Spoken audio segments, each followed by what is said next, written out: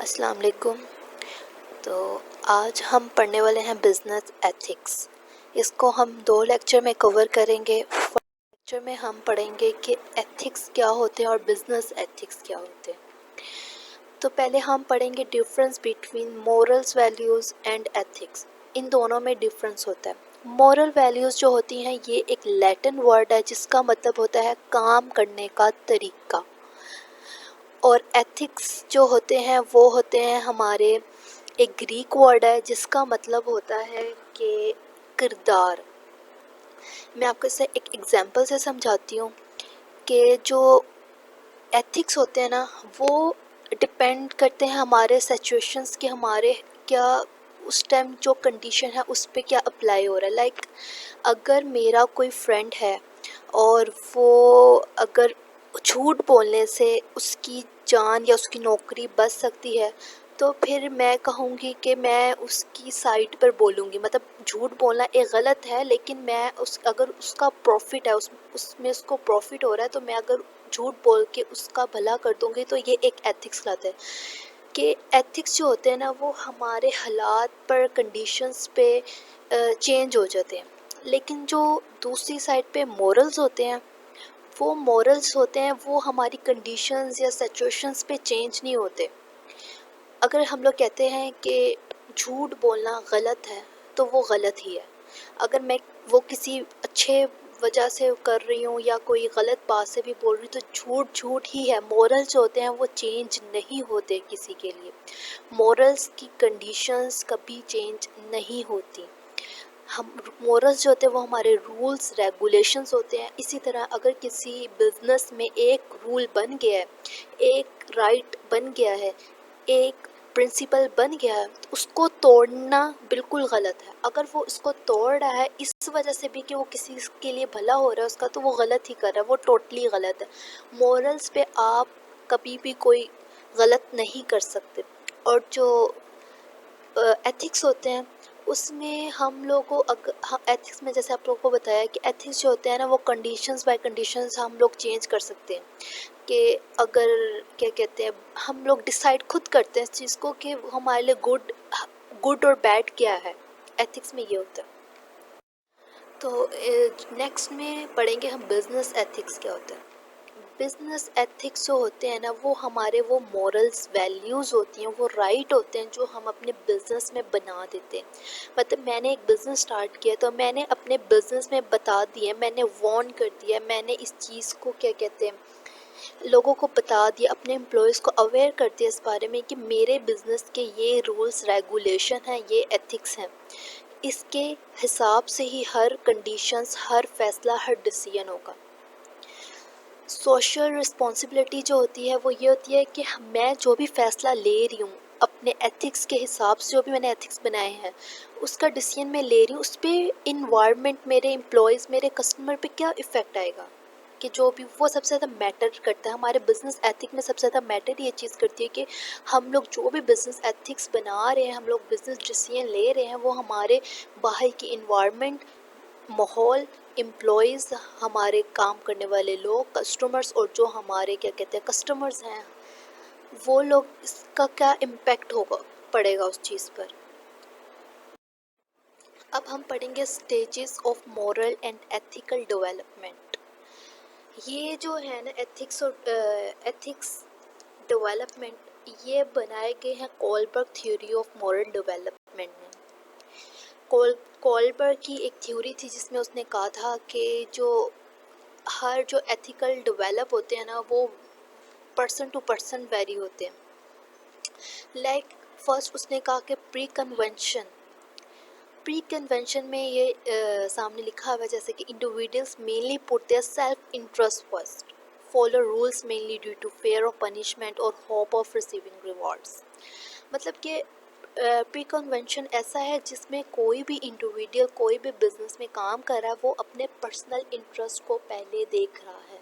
मतलब वो पहले अपना सेल्फ इंटरेस्ट देख रहा है जिस पे उसको फॉलो रूल्स वो, और अगर वो रूल्स भी फॉलो करता है तो वो अपने ही रिवॉर्ड के लिए कर रहा होता है कि उसको रिवॉर्ड मिलेगा, या फिर वो पनिशमेंट से डर के फॉलो कर रहा होता है इस चीज़ को।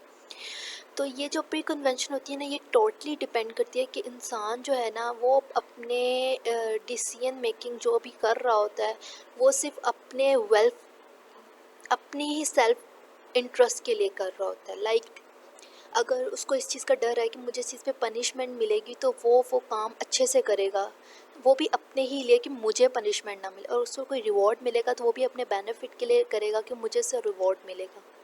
तो प्री कन्वेंशन ये होती है कि जिसमें आपको सेल्फ इंटरेस्ट पहले रखते हो आप, इंडिविजुअल जो भी है वो अपना सेल्फ इंटरेस्ट पहले रखती है।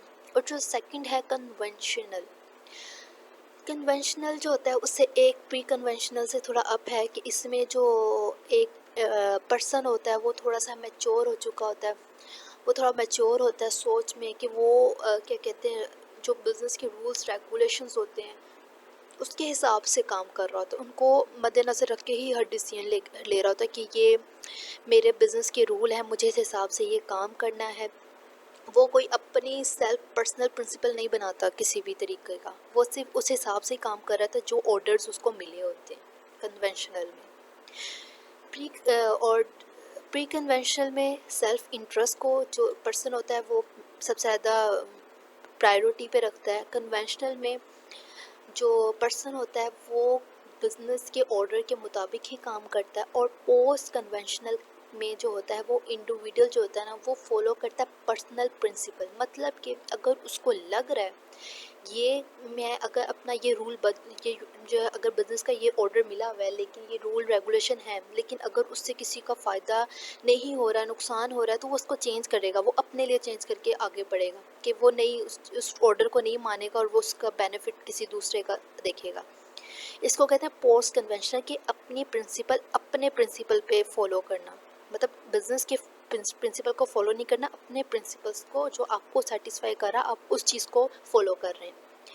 इसमें एक वर्ड लिखा हुआ है एथिकल डेल्मा। एथिकल डेल्मा जो है ना वो एक ऐसा वर्ड है जो आपको आगे आएगा और इसके बारे में आपको पता भी होना चाहिए। तो एथिकल डेल्मा जो होती है ना, इसका मतलब है कि अगर पर्सन ए और पर्सन बी है इन बिजनेस के अंदर, वो दोनों बहुत अच्छे दोस्त हैं, उनमें बहुत ट्रस्ट है एक दूसरे पे। तो जो ए होता है ना वो बी को बताता है कि मैं ना तुम्हें एक ना सीक्रेट बात बता रहा हूँ, तुमने किसी से शेयर नहीं करनी। वो कहता है हाँ हाँ ठीक है मैं नहीं करूँगा। तो वो उसे बताता है कि ना मैं ना ये नौकरी छोड़ रहा हूँ। वो कहता है कि क्यों छोड़ रहे हो तुम ये नौकरी? तो वो कहता है कि इसमें ना बहुत कम सैलरी मिल रही है और मुझे जहाँ पर अब ऑफ़र हुई है ना वो मुझे बहुत अच्छी सैलरी दे रहे हैं। तो वो कहता है कि वो उसको ट्रस्ट करके बताता है कि मैं तुम्हें ट्रस्ट कर रहा हूँ, तुम नहीं बताओगे किसी। वो भी वादा कर लेता है हाँ मैं अब नहीं बताऊँगा, चलो तुमने फैसला किया नहीं बताऊँगा किसी को। तो इन दोनों की बात हो जाती है। अब उसने ट्रस्ट था तो बता दिया उसको। अब ना उस बी को ना थोड़े दिन बाद ना बॉस बॉस बुलाता है अपने पास। ए ने बी को बताया था कि मैं नौकरी छोड़ रहा हूँ, तो ना काफ़ी दिन बाद ना बी किसी को भी नहीं बताता, उसको सीक्रेट ही रखता है। तो बॉस उसे बुलाते हैं और बॉस ना बी को बताते हैं कि ना हम ना ए की प्रमोशन करने वाले हैं क्योंकि ए बहुत अच्छा काम कर रहा है, बहुत अच्छी मतलब जॉब में अपना पार्टिसिपेट करता है हर काम में, तो हम उसकी प्रमोशन करने वाले हैं। लेकिन बी को तो पता है कि ना जो ए है वो तो नौकरी छोड़ रहा है। तो बी सोचता है कि ना मतलब कि उसको प्रमोशन मिल रही है और मैं अभी वहीं पर ही हूँ और वो नौकरी छोड़ के भी जाने वाला, तो मैं बॉस को बता देता हूँ कि वो नौकरी छोड़ने वाला। लेकिन ना वो फंस जाता है। अब वो एक जगह कहाँ फंसा है, एक जगह वो ट्रस्ट में फंसा है कि ट्रस्ट था मेरा किसी के साथ कि मैंने उसे वादा किया हुआ मैं नहीं बताऊंगा बॉस को। एक तरफ वो बॉस के साथ फंसा हुआ है कि बॉस को बताऊं या ना बताऊं। अब वो यहाँ पे दो कंडीशंस में फंस गया, दो कन्फ्लिक्ट आ गया ना अब यहाँ पर कि एक जगह वो ट्रस्ट है और दूसरी जगह जो बॉस उसको वो बताना चाह रहा है। अब ये दो डिसीजन में उसने एक लेना है कि वो क्या अब डिसीजन लेगा। अब ये जो सिचुएशन है ना जहाँ पे उसको दो चीज़ों में फैसला करना है कि क्या करूं क्या ना करूं, तो इस कंडीशन को कहते हैं एथिकल डायलेमा। कि अब वो इस चीज़ में फंस गया हुआ है कि अब वो क्या फ़ैसला करे। वो दो चीज़ों में अगर कोई भी पर्सन अगर दो फैसलों के बीच में अड़ जाए कि मैं कौन से चीज़ को मतलब कि डिसीजन क्या लूँ इस चीज़ पे, तो वो उसको कहते हैं एथिकल डायलेमा। तो इधर लिखा हुआ है इंडिविजुअल फॉलो पर्सनल प्रिंसिपल इन रिजॉल्विंग एथिकल डायलेमा। तो जो पोस्ट कन्वेंशनल में होता है ना कि जो पर्सन होता है वो एथिकल डायलेमा कि अगर उसको ऐसी कंडीशन में फंस जाए दो चीज़ों में फ़ैसला करें, तो वो अपने पर्सनल प्रिंसिपल, पर्सनल बेनिफिट को देख रहा होता है पहले कि इससे चलो ये दो कंडीशन में सबसे ज़्यादा बेनिफिट मुझे है किस में, तो वो पोस्ट कन्वेंशनल में पहले वो अपना पर्सनल प्रिंसिपल को देख रहा होता है। ठीक है, तो आपको आ गई होगी समझ। तो नेक्स्ट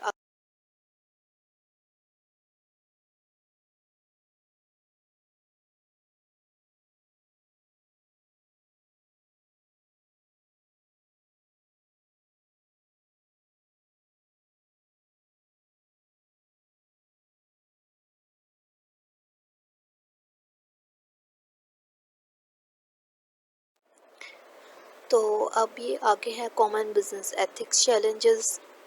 ये हम नेक्स्ट लेक्चर में पढ़ेंगे। अभी तक हमने जितना पढ़ा है, अगर आपको ये सब कुछ समझ में आ गया है तो वेल डन, और अगर नहीं आया तो आप नीचे कमेंट में मुझसे और डिटेल्स में पूछ सकते हैं। ये सब जो नहीं समझ में आया मैं एक दफ़ा फिर आपको दोबारा इसके बारे में समझा सकती हूँ। Next, thank you so much for listening.